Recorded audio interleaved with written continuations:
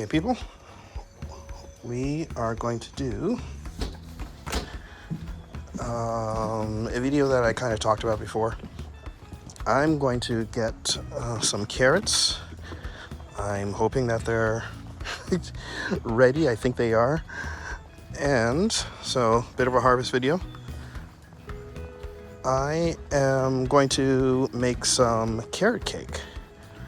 So late in the evening, it's around 8 o'clock now. So let me see here. That's our neighbor's music in the background. 80s party in the pool, dudes. Okay, let's see. All right, I'm gonna go in here. Like I said, this was one that we saw before that I think was pretty hardy big. So, first time pulling a carrot. And there's nothing there. Awesome. So it's a very stubby carrot.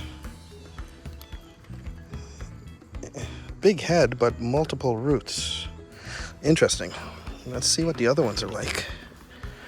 Maybe we won't get anything at all from all these. Second one, trying to pull now. And it's kind of the same thing. So we got baby carrots. That's interesting. I heard this can happen if your soil is not loose enough, but I know for a fact the soil is loose, so I don't know. Maybe it's a variety. Ooh, a little cute little one. That's adorable. So I'm going to pull... Oh, look, one normal forming carrot. It's pretty funny. I'm going to pull all of them because I don't want them to go to seed, because then the flavor and everything changes once they do. But right now, that's a stubby little one. Right now, it looks like these are not going to be like the size carrots that I need for what I'm doing. Yeah, these are like baby carrots. But, you know, that's what happens when you try stuff for the first time. What do we got here? Oh, dude, that's a decent one. So maybe not all of them are like that? Okay, let's see. See, these ones over here are good. Oh, you know what might be going on here? If I'm correct, yeah. This side of the bed, I hand sowed. Oh my goodness, big difference. I hand sowed seeds directly, like direct sowed, sorry. And these ones are, yeah, the ones on this side of the bed are producing better carrots than that side. That side I started inside under the grow lights, and then I transplanted. So that's probably why the roots are all out of whack over there. And all these on these side, well, except for that one, don't know what was going on there, but they've been decent. Yeah, so you want to make a bet that, okay, where these are starting to be stubby ones are all the transplanted ones. So the few seeds I sowed directly outside were developing good roots. So when you,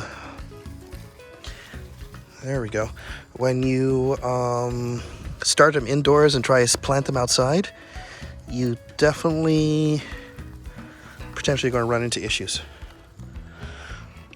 Okay, just a couple more here. There you go. And the last two. See, potentially that would be a good one. So if I'm doing carrots again next year, definitely direct sowing all of them so we get better results. So yeah, transplanting, although it doesn't kill off the plants, because that's what I was worried about, that the roots being damaged and killing off the plants. It's not killing them off. but it's definitely causing poor carrot development. Interesting. So you learn stuff. All right, that's it. Heading back inside, and let's see what we can do. Okay, so we are back inside, and I washed off the carrots and everything like that, and I want to show you what is going on. I am pretty dang sure the reason that we got so many gnarled up carrots, all these things are still edible, but they're definitely not winning any beauty pageants, is because all these that you see over here, I started these seeds under the grow light in the shop before they were transplanted into the garden. Everything that I saw about it recommended not starting carrots and then transplanting. They were citing that the roots could get damaged, and I thought what they were saying, which they weren't absolutely clear about, is that it would kill the plant. So I tried it anyways, and the plant didn't die when I transplanted, but it definitely affected the roots, which kind of makes sense. So especially since it's the roots we are growing these to harvest, transplanting definitely impacted on some of these. Now, I didn't have enough to fill a whole row at the time that I planted earlier this year. So at the end of that row, I added seeds directly into the ground, just in case these didn't survive, because I thought if they get killed off, at least I would have some. These are the ones I planted directly into the ground, and as you can see, much better results. They look like actual carrots. It is pretty cool. So next year, if I'm doing this, if I decide that carrots are going to make it back in the rotation in the garden, I'm definitely just waiting and planting directly outside instead of trying to transplant seedlings from inside to the outside. And if you guys are going to do it, keep that in mind. They will survive the transplant, but their roots the carrots themselves are going to be malformed and they're not going to look the best. So with everything that we had here, like, because from the top, this looked like it would have been a monster if if the roots weren't damaged. This probably would have been all the way down here. For the carrot cake that I want to do, I don't know if I have enough for the actual cake that I'm going to do. So I have some store-bought carrots, and I'm going to use those. Just for the sake of doing this recipe. So if you guys want to do this and you got some lovely nice carrots and enough for the recipe, just follow along. I'm going to clean up a bit and get everything ready, and I'll be back. Okay, we've washed up the carrots and everything like that. I have topped them and everything like that. I am going to just put them in the fridge, probably use them for salads. So these are the carrots that I bought from the store, and one that, well, I wanted something that I grew to be in this cake, so I'm adding one just to cover it. Okay, I know not everyone watches all these videos all the way to the end, so I am going to give a pop-up of all the ingredients and everything that's needed for this cake, and list that also in the description down below if you just want to grab the ingredients and the recipe and go. So a quick overview: you can throw all the stuff into a mixer, like a stand mixer, and whip it together. Grate up the carrots, fold it into the mix, put it in a baking pan that is 16 by 11, I want to say. Where are my notes? Yeah, 16 by 11 inch baking pan. It's the big one like this. Make sure that you pre-greased it and put it in the oven. Bake in there for about 50 minutes. That's at 350 degrees Fahrenheit. And that's 50 minutes, or until a knife inserted in the center comes out clean. And there you go for the cake. Let me just drink a bit of tea here while the other people jump off the video.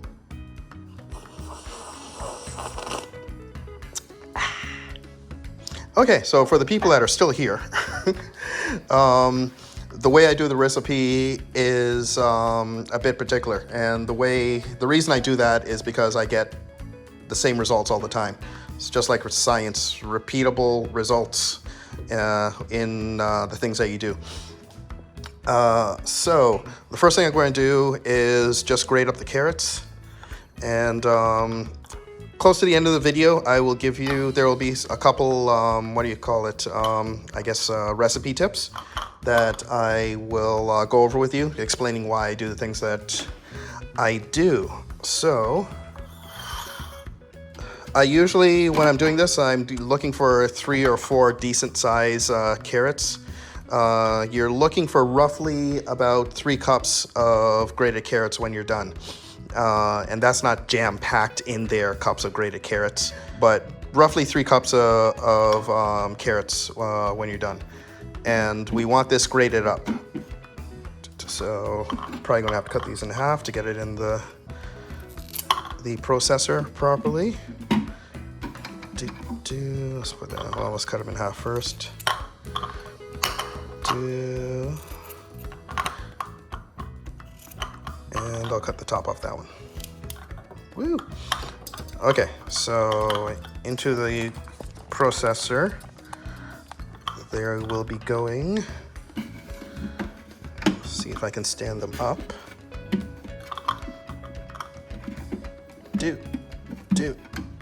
And do. There we go. I'm sure it's plugged in this time. And we're just going to grab it.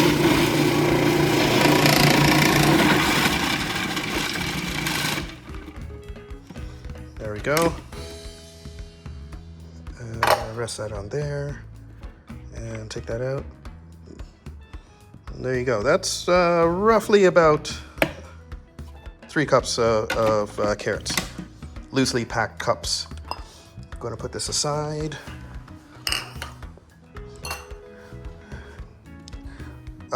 Now, what you have in front right here are all the dry ingredients. I divide the recipe in half with ingredients that are dry and ingredients that are wet. So this is all the dry ingredients, and we're going to mix them separately. So we're going to start off with the dry ingredients first. So I have 4.5 cups of flour, 2.5 cups of brown sugar, about 1/2 cup of sugar, a tablespoon of baking soda, tablespoon of cinnamon, a 1/2 tablespoon of ground cloves. So the name of this recipe is spiced carrot cake, and the cloves is what gives it the spice. The regular carrot cake is great, but the addition of the cloves gives it a little bit of a bite. It's not overpowering, but you'll notice it, and it's a great flavor. So that's 1/2 tablespoon of the ground cloves, 1/2 tablespoon of the salt, and a 1/2 tablespoon of nutmeg. If you can get the fresh stuff, if you don't know what the fresh nutmegs look like, they literally look like these hard nuts. If you can get this and grate it down to make your nutmeg, that's awesome. It adds a slightly different flavor, and it's fresh. It's right from them. These things will last for months and months too, as whole nuts.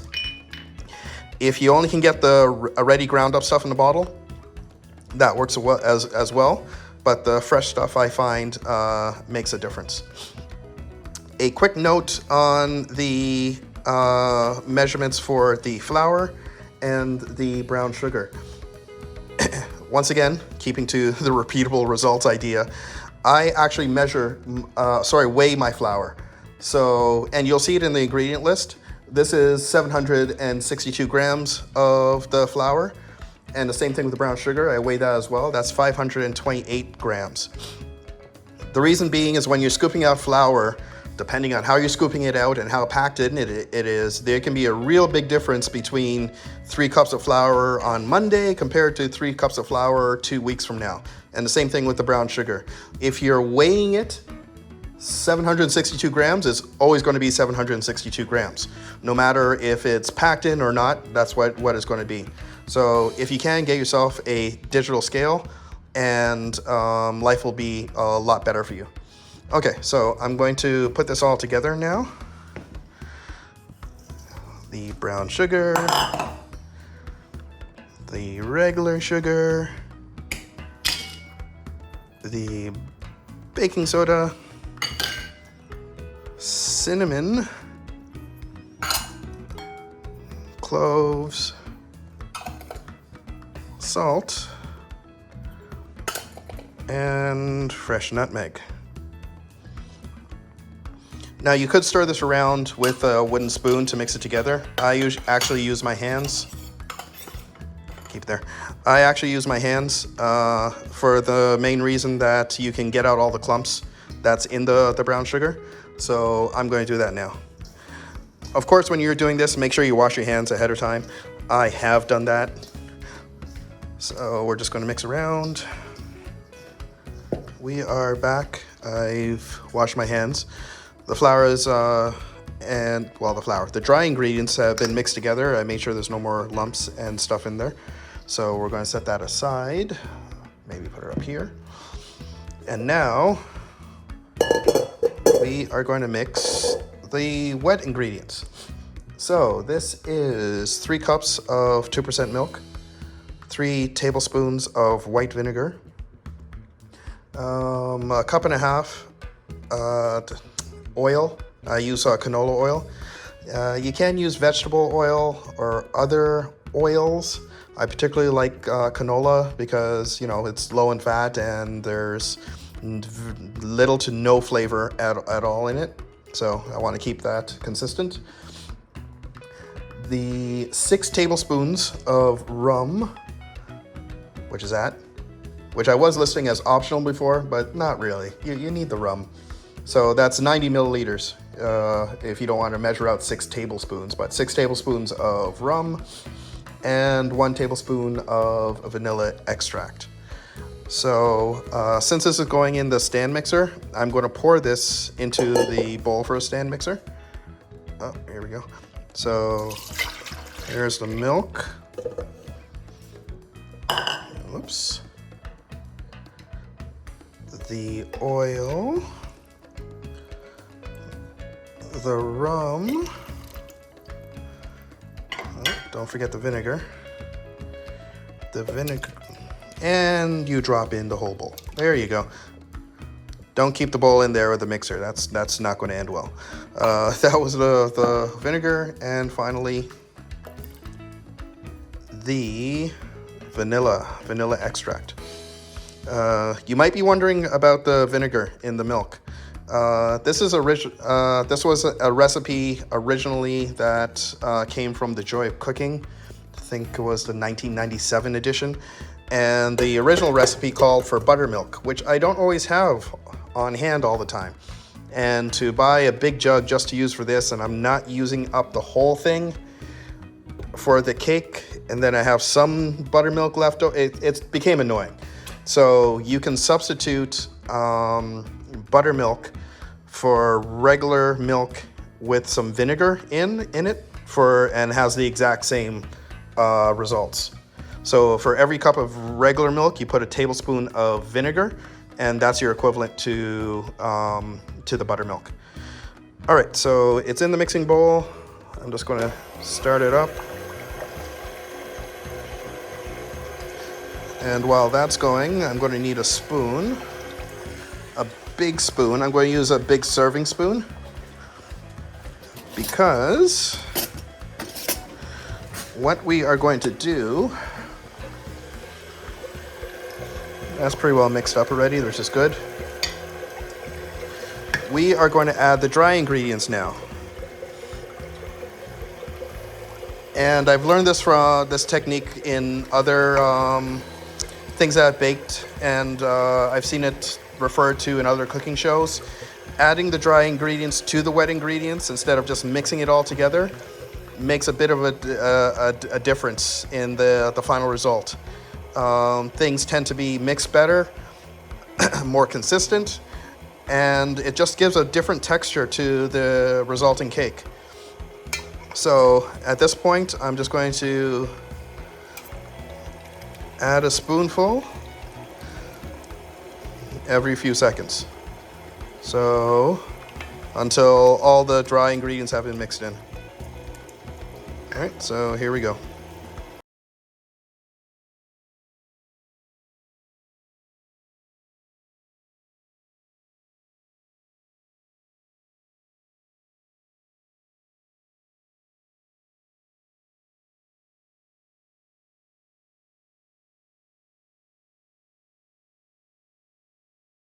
Okay, once that is mixed around for a bit, I like to stop the mixer and then make sure I scrape down all the sides of the mixing bowl to make sure everything gets mixed out properly. So I don't have a set time, amount of time that I have it going in the mixture. I just want to make sure that it's a smooth consistency and that everything's mixed out. And after I scrape down the sides a bit here, I'm going to turn it on and maybe keep it going on the number 2 setting. What is this? Yeah, number 2 or 3 or 2.5. You can do that with these stand mixers now. For about a minute or so. Then we're going to add our carrots. So let's go again.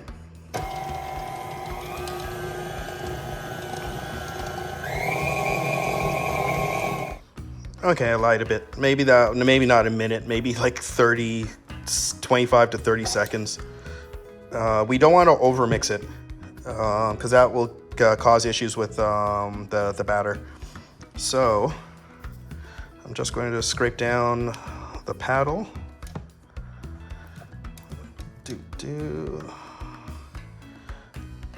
And get it out of the way.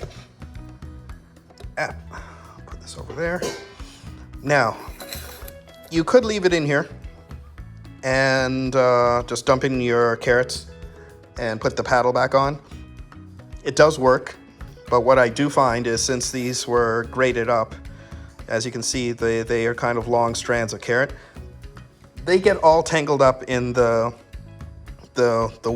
beater attachment for the stand mixer. So that's why I do this last part by hand.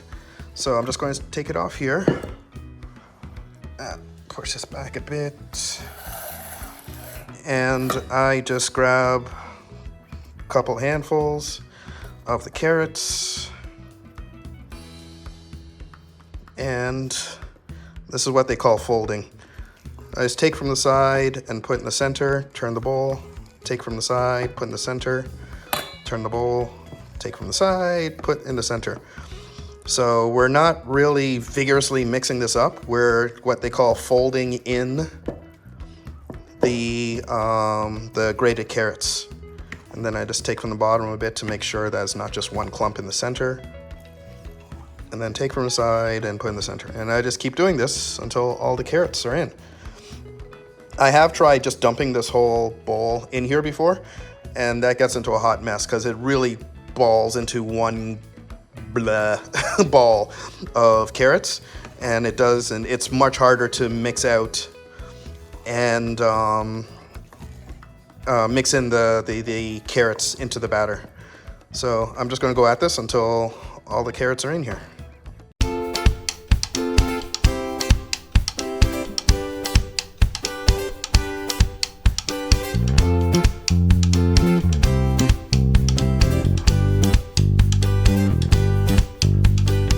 Basically, this is the consistency that you want. You can see that the carrot is mixed in really well into the batter, and it's nice and thick.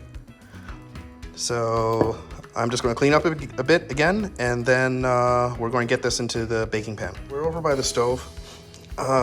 This is my 16-inch by 11-inch roasting pan. Yes, I said roasting pan and not baking pan.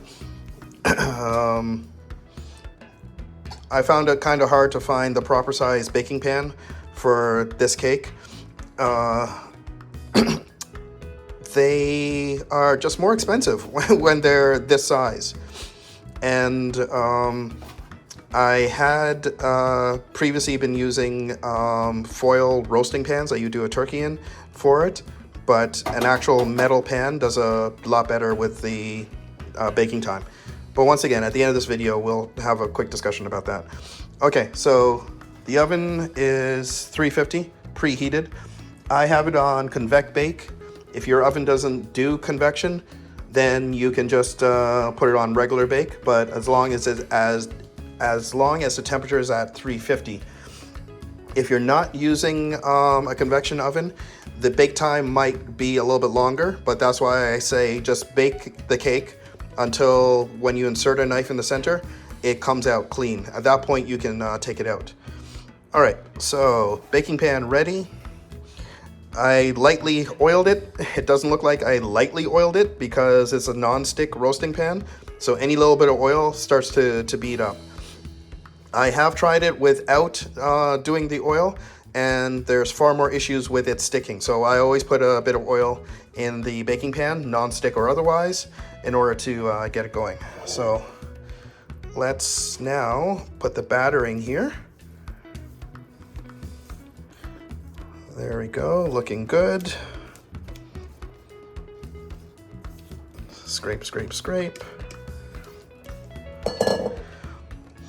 Okay, batter's in the pan. What I also do at this point is like just drop it on the counter, or sometimes I do this on the floor. Just raise it up like an inch and drop it down. What this does, it gets any bubbles or air trapped at the bottom of the pan to rise to the top. Don't know if you can really see that, but that's an air bubble. Let's do this a couple more times.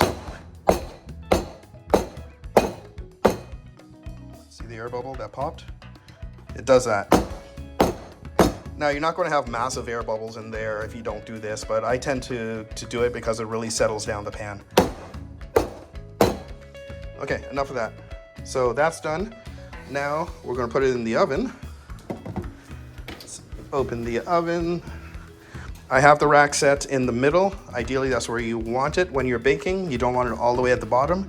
Doesn't matter if you have convection or otherwise. All right, let's put that in. Hard to get it at this angle, but just in the center there. Going to close the oven. And this should take like 50 minutes to do. I'm going to set the timer for 45 minutes because I want to check and show you what I mean about the center of the cake being done or not done. Also, it's a good idea. There we go, 45. If if you know your oven isn't consistent with the heat, or you have a convection oven and you notice that like anything you bake in there comes out a little bit lopsided when you bake with it, that's partly because the air isn't circulating properly in the oven. And what you should do in the future to stop that from happening is halfway through the baking process, like if you're supposed to bake something for an hour, at the 30-minute mark, just open the oven and rotate your pan 180 and close back. So it should bake evenly at that point.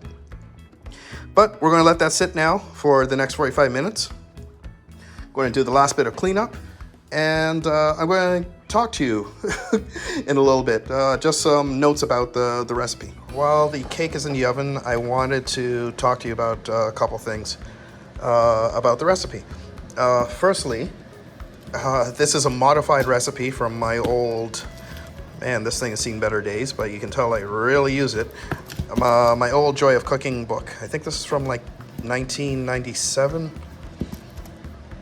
which doesn't really seem like a long time ago in my head, but you know, the book looks like it's much older than that. Anyways, they had an apple spice cake recipe in here, and I tried it, and the flavors were amazing, and it tasted very much like carrot cake that I've tasted previously.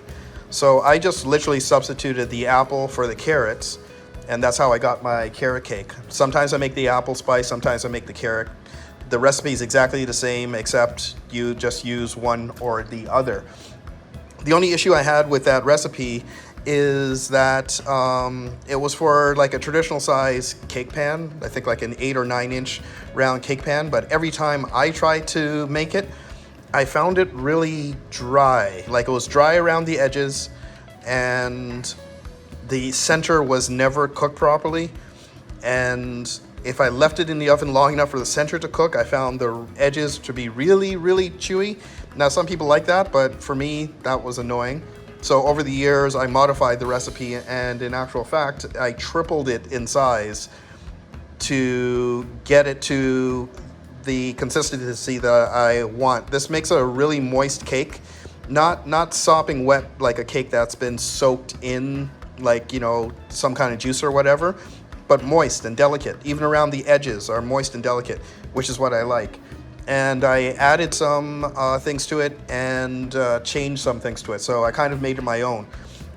But if anybody's interested and can find 1997 edition of Joy of Cooking, the apple spice cake recipe is in there.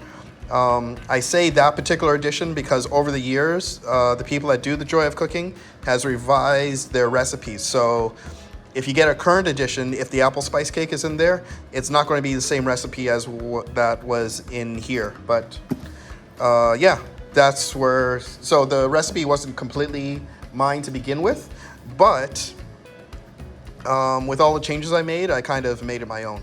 So yeah, that's something to keep in mind. The other thing I kind of mentioned when I was doing the cake is that I couldn't find, well, I could find baking tins that were the size that I needed now that I tripled the recipe, but I didn't want to pay the amount of money that they were asking. So for the longest time, I just did it in these roasting pans. I think these are 11 by 10. You can get it at the dollar store. You can get it at almost anywhere. Sometimes they're oval. It's nice if you can get a rectangular one. The only issue that I ran into with these is that it took longer to bake. So instead of taking 50 minutes in my oven using convection, the convection mode or whatever, sometimes it was like an hour and a half and still the center was not cooked properly. So the only thing that I can think of is that the tin foil of these roasting pans were not transmitting the heat properly to the cake to bake it evenly throughout. So after a bit of searching online, I still didn't want to pay what they wanted for an actual baking tin, because I think it had to be a commercial baking tin, a proper baking tin that's square or rectangular, that's available, and I didn't want to spend that amount. So I ended up getting these. This is from a company called Good Cook. They're on Amazon. I'll leave a link down below for it. And it's 16 by 11 inches. And it's a roasting pan, but it works perfectly for the cake. And when I started baking in these pans, the consistency and the bake time were spot on. 50 minutes, almost exactly every single time. So I highly recommend if you don't already have a baking tin that is close to these dimensions, or you are looking to buy a baking tin, these are a good option. And in a pinch, like I said, you still can use the roasting pan. It's just you're going to have to kind of baby the baking process of the cake. So quite happy with this purchase. When I was mixing the dry ingredients, I also I also mentioned about using a scale. So this is something that I have learned over the years. When it comes to things like flour and sugar, especially brown sugar, maybe not so much with the white sugar, but definitely with the brown sugar, because the amount you can fit in your measuring cup will depend on how much you force into the cup. You can do 1 cup of flour and do it 3 times in a row, and if you're to weigh them, you'll get 3 different measurements, because you're not always filling the measuring cup with the same consistency of force every single time, because we're not robots, we're humans. So, and it depends on the day. Sometimes you're in a rush and you're trying to do it really fast. Other times, you know, maybe you're not in a great mood and you're really packing it in there. Whatever it is, much more consistent results And you'll be so much happier with your baking results if you just weigh the flour and the sugar. Not all recipes will give you the weight measurement for the recipe. And personally, I think if it's like a serious recipe, they will for those ingredients. Especially when it comes to baking. Baking is a lot like chemistry, and if you don't get your measurements right, your result is not what you're expecting. So measuring the flour and the sugar are pretty important. And you don't need a fancy scale. Once again, this is a cheap scale. I think this was like 25 bucks. It's a digital one. It can go through different measurements and stuff. And that's it's a great thing to have. The carrots, if you notice, I grated them. I have heard people making carrot cake and using a juicer to kind of grate or shred up the carrots. I'm not a fan of that, mainly because a juicing machine, like if whatever vegetable or fruit you put through a juicing machine, juice comes out one side and the pulp, that's what it is. The carrot pulp or whatever you're putting through a juicer comes out the other side, or it gets collected in a compartment. Now you might look at that and say, hey, I'm being so efficient. I'm using all of the juice and I'm having my, carrot juice, and then I'm using the pulp in baking. And nah, because the juicer is doing exactly what it says that it's doing. It's taking the juice and the moisture as much as possible out of the carrots, and you're left with this. Although it feels damp, it doesn't have anywhere near the moisture of just a regular grated carrot in comparison. So can you use the pulp from a juicer to do the carrot cake? You can, but you're going to have to kind of compensate for the moisture that you're literally taking out of the cake. So if you, say you do 4 carrots through a juicer and you get like a half a cup of carrot juice, that's half a cup of moisture that's now not in the cake. So if you use the pulp in the cake, especially, I was going to say especially this one, but actually any recipe, because once again, chemistry, you're changing the makeup, so you're going to get different results. Your cake is not going to be as moist and questionably not as enjoyable. To each his own. Some people may not like the moisture that's going to be in the resulting cake that I did today, but I think the moisture level in the cake makes a big difference. And once again, if you're using pulp, you're going to have to either put a little bit more oil or a little bit more milk.